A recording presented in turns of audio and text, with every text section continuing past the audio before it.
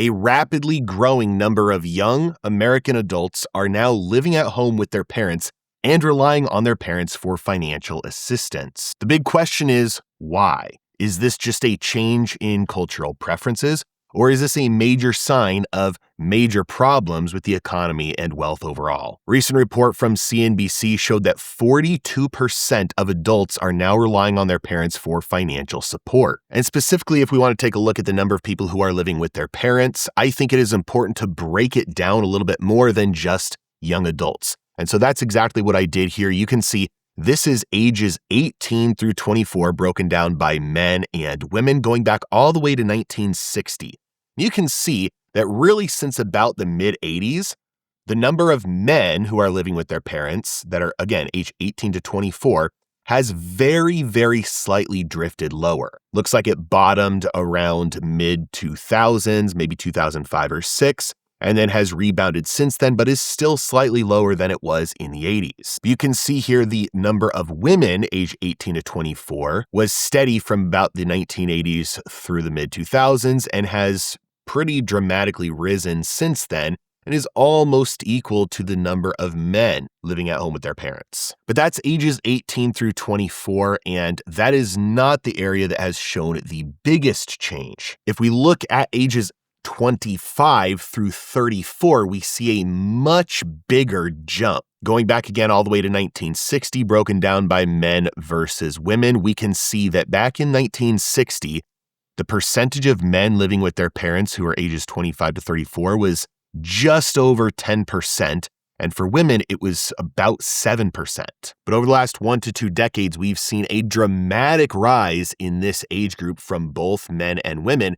And now we see about 20% of men ages 25 to 34 living with their parents and almost 14% of women. Going back to the younger cohort, this number does make a little bit more sense because the younger you are, the harder it is to get a good job that pays good money, especially when rent prices and insurance prices and all of that are increasing. So for that younger crowd, it does make more sense to have a higher percentage of them living with their parents. But the older crowd, 25 to 34, this is the one that is the most concerning, especially because we see this one is the one that has the most dramatic rise. So let's take a look at a couple more pieces of data to try and pick apart whether this is just a change in cultural preferences. Again, parents saying, hey, we've got the money, we've got the space, why don't you come live with us because we really like you being around, and younger people saying, you know what, I really do like being around my parents 24/7, so let's do that. Or whether this is a sign of just economic hardship. One way that we can look at this is by comparing incomes to gold, because we know that in the past, gold was used as money, and gold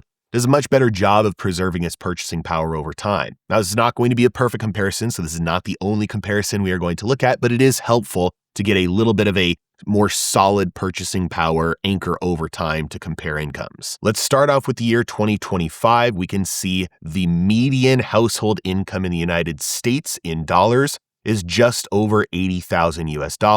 And because we're starting in 2025, it's the same for dollars versus gold. As you go back in time, look at the dollar number. Obviously, the median household income in US dollars is going to go down over time. We go back just over 100 years to the median household income back in the 1920s was $2,160. The gold adjusted equivalent of that was $352,000. Now, obviously, there are some problems with this because when you look at the gold adjusted median income in 1970, that number is a staggering $753,000. And just 10 years later, it drops to 90% lower at $71,000. And so this data is skewed because of what the price of gold relative to US dollars has done over time from government pegging the price of gold to dollars. So this data is not completely accurate, but it does give you a close approximation that measured in gold, or at least if we were still using gold as money today, the purchasing power of the median income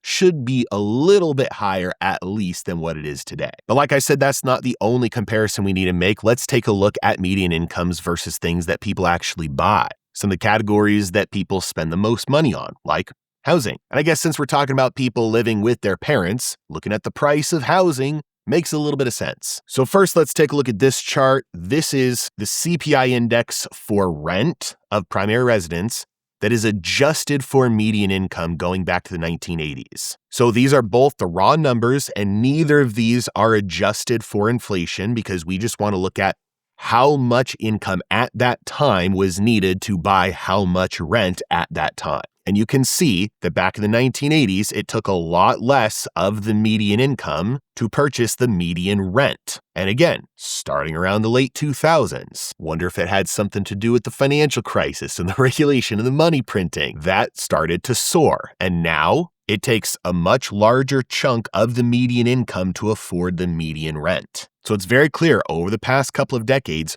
rent has gotten more expensive even when you adjust for incomes going up. But we can also look at home price to income ratio, and this chart is specifically the median home sale price adjusted for the median household income. And you can see this data goes all the way back to the 1950s. You can see that through the 50s into about 1975, home prices got cheaper and cheaper and cheaper compared to incomes. In other words, even if raw home prices were going up, it was more affordable because incomes were rising faster. However, that's when they bottomed, and with volatility, home prices compared to incomes have been going up since then, and they are more expensive than they have ever been on an income-adjusted basis. Meaning, yes, incomes have gone up over that time, house prices have gone up more. Now, you'll see some people try and make very unintelligent comparisons, saying that no, houses aren't actually more expensive.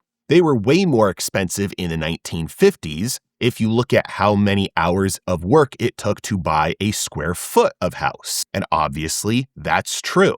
But guess what?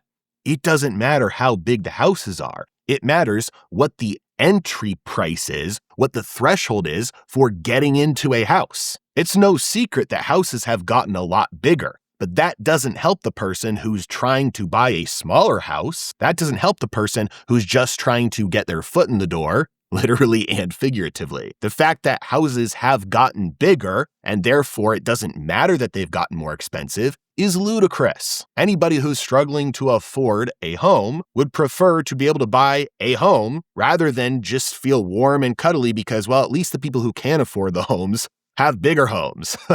That doesn't matter here. Just because there's more square footage available doesn't make it easier or doesn't make it cheaper. The cost of entry to get into a home is to buy the home. So stats like this are just irrelevant. Hey, real quick, if you are an active investor and your portfolio is not growing as fast as you'd like, then I would like to give you a free gift.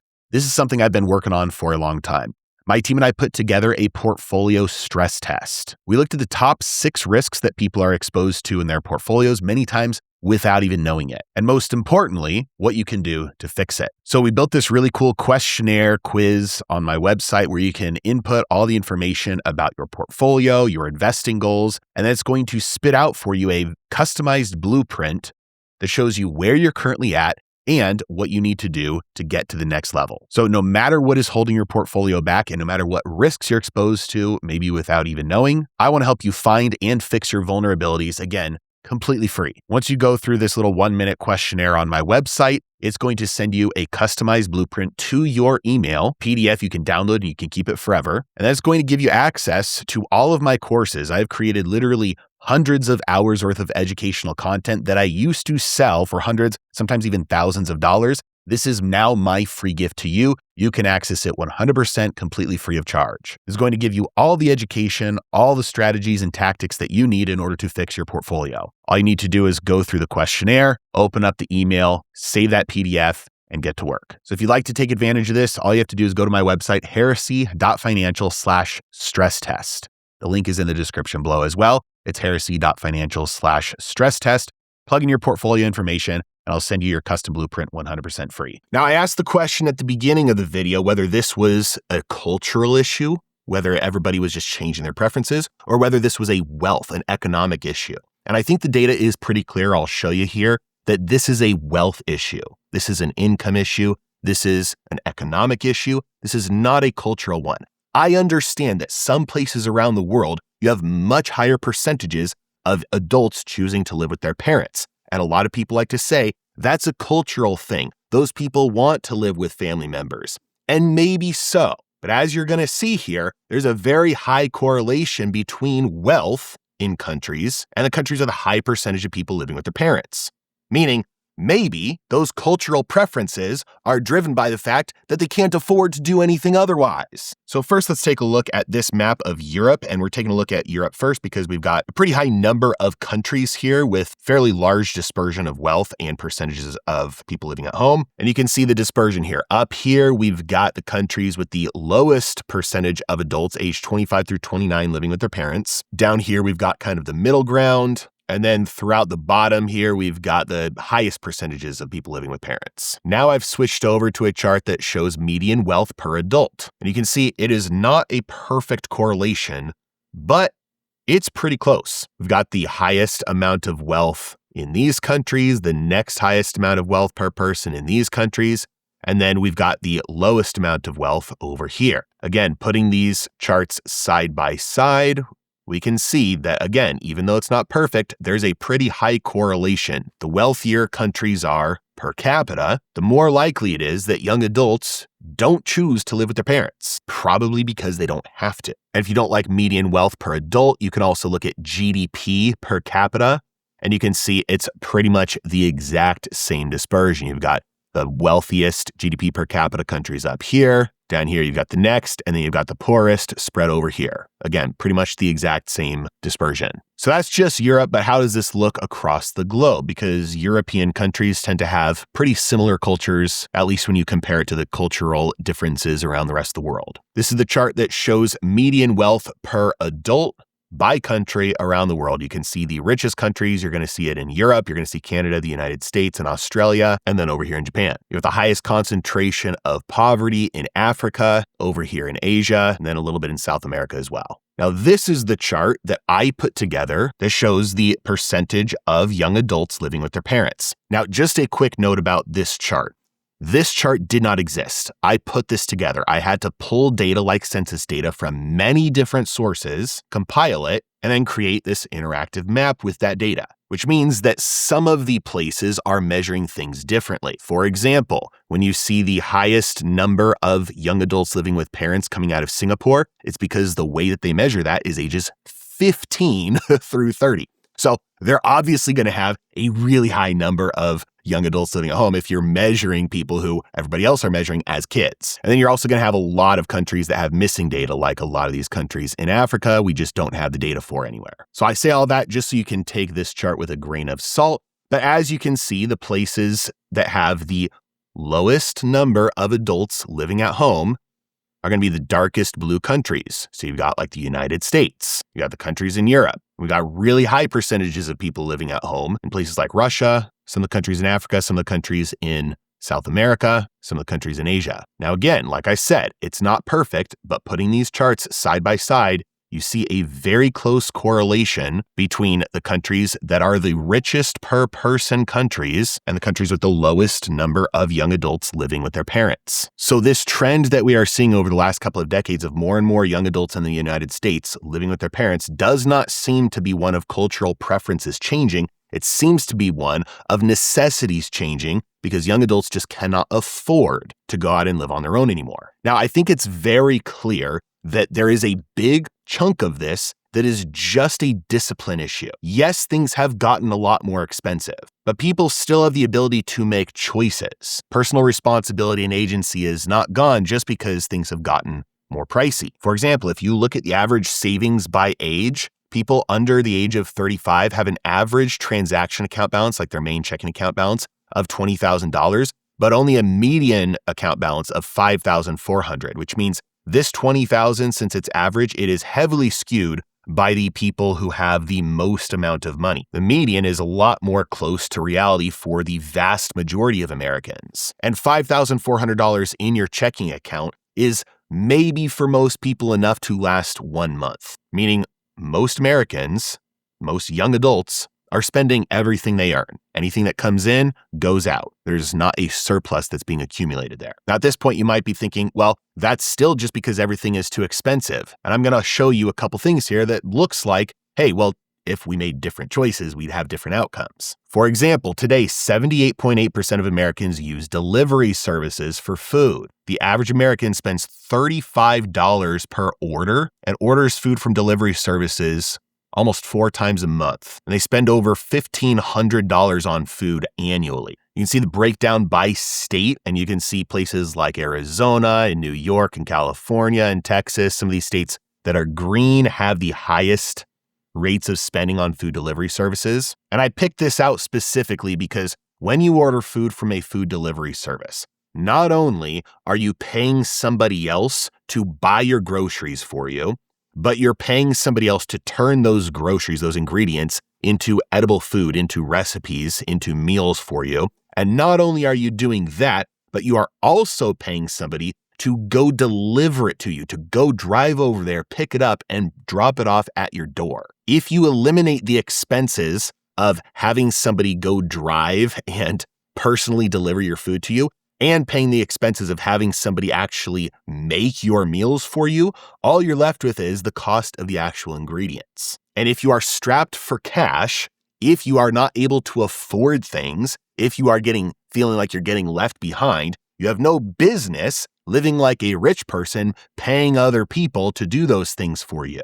It makes much more sense to buy the ingredients yourself, meal prep for yourself, and save that money. Now, I know it sounds like I'm playing both sides here, and I'm going to do it again because it's not like across the board. Young people get a really bad reputation from old people for just spending money willy-nilly on luxuries and things that old people say, you know what? I didn't buy any of that stuff when I was young. I saved all my money and I just put it to work and I bought a house and I built it myself and I just, pulled myself up by my bootstraps. And part of that perception is because a lot of things that used to be very expensive luxuries 50 years ago, today are super inexpensive commodities. For example, you've got old people saying, don't go out there and buy yourself expensive electronics like TVs. But price inflation for TVs has been negative pretty much every year for the last 75 years straight, meaning in consistent price dollars, the price of TVs has dropped dramatically for almost 100 years. This means that between 1950 and 2026, TVs that cost $1,000 in the year 1950 would cost literally $5.98 in 2026 for an equivalent purchase. And the same is true of many things like clothes and furniture. So a lot of things that young people are spending a lot of money on,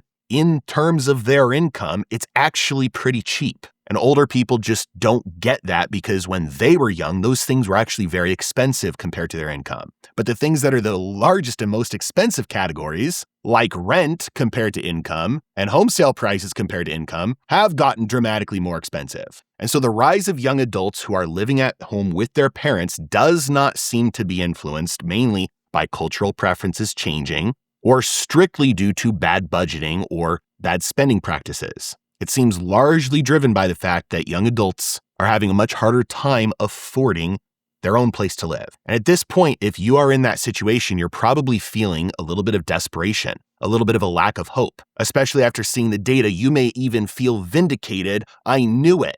The system is broken. They're all out to get me. It's not my fault. And guess what? At least partly, you're right.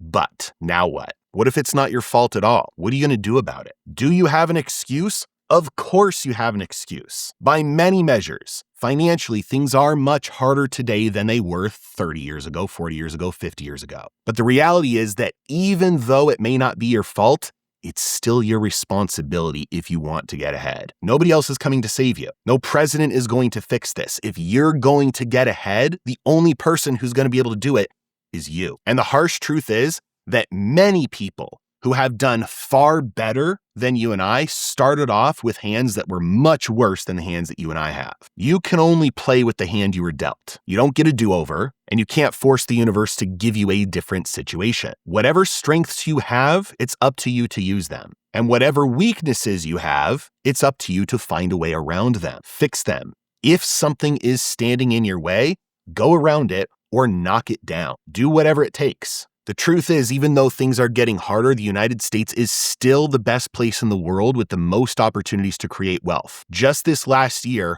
over half of all new millionaires created in the world came out of just the United States. Out of 8 billion people on Earth, 300 million live in the United States. And yet half of all of the millionaires produced around the world came out of one country with 300 million people, just the US. Yes, it's harder than it used to be. Yes, the opportunity is still here. Even if it takes you time to get where you want to go, even if it takes you a year, even if it takes you 5 years, even if it takes you multiple decades, guess what?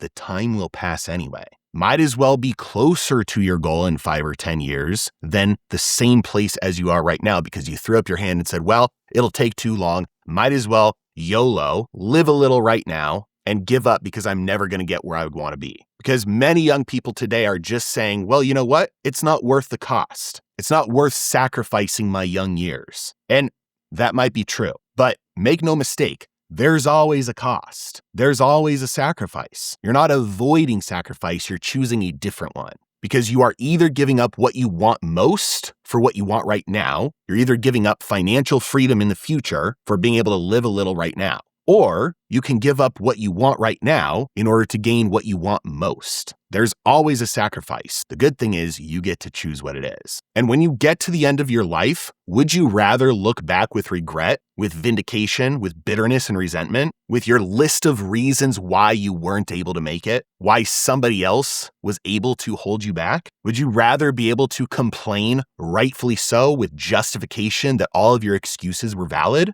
Or would you rather say, screw them, I did it anyway. Screw the system, screw the elites, screw the kleptocrats, screw the politicians, screw the parasites who only tried to regulate and control my life and siphon my purchasing power away from me in order to keep me down and live off of the backs of my labor. Screw them, because despite all of them and despite the roadblocks they placed in my way, I did it anyway. Despite the fact that I had a bunch of excuses that were valid, despite how hard everybody else made it for me, I still did it. I still won. And at least, even if you fail and you spend your entire life sacrificing what you want right now for what you ultimately want and you still don't achieve it, at least you didn't submit. At least you didn't surrender. You never gave up. It is far better to die on your feet fighting than it is to live on your knees. So get after it, do whatever it takes. One last note, if you're an active investor and your portfolio is not growing as fast as you'd like, my team and I put together a completely free gift for you. It's called the Portfolio Stress Test.